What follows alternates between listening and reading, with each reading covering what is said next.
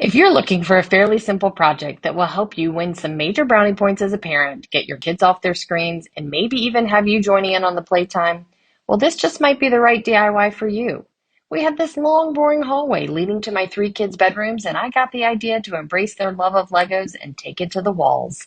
As far as I'm concerned, Legos are a classic, timeless toy, and I got comfortable with the idea that I would never want to take this down.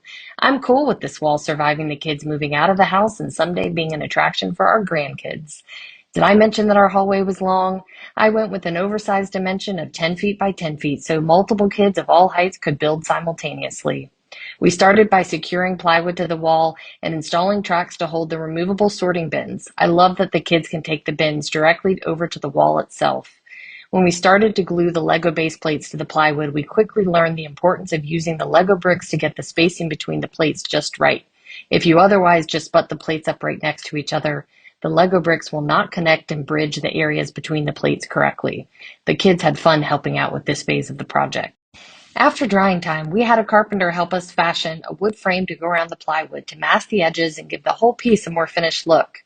Our kids have spent hours expressing themselves creatively on this wall. What do you think? Are you ready to give this a try and become a DIY design hero in your kids' eyes?